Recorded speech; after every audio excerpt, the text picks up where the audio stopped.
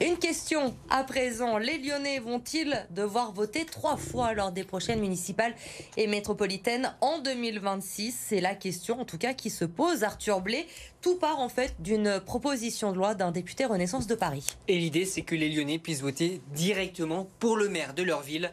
À Lyon, comme Paris et Marseille, c'est le système des arrondissements. On vote pour des listes et la liste majoritaire remporte l'arrondissement.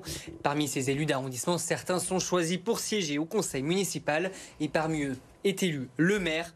Vous n'avez pas bien compris, c'est normal et c'est justement en tout cas ce que dénoncent les députés Renaissance qui travaillent donc sur un texte pour revoir le mode de scrutin. C'est le cas de Thomas Rudicos, député de la première circonscription du Rhône.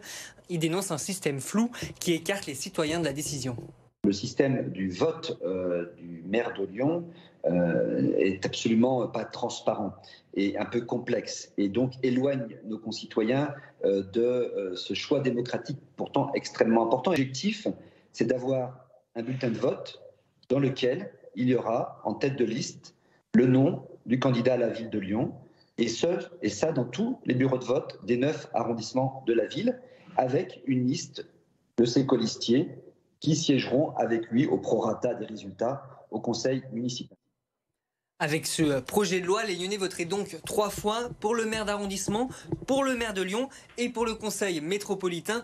3 votes le même jour, de quoi décontenancer les électeurs. C'est en tout cas ce qui inquiète l'opposition, notamment Yann Cuchera, président du groupe Pour Lyon. Il s'inquiète aussi de la tenue des bureaux de vote. On sait on a des difficultés à trouver des assesseurs. 3 votes en même temps, ça pourrait rendre la tâche encore plus compliquée.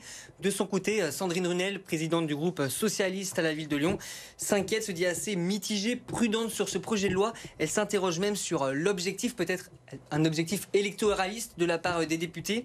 En tout cas, elle n'est pas sûre que c'est la mesure qui va faire revenir les électeurs vers les urnes. Et pour le moment, ce n'est qu'une proposition de loi. On verra comment ça évolue. Merci Arthur pour ces précisions.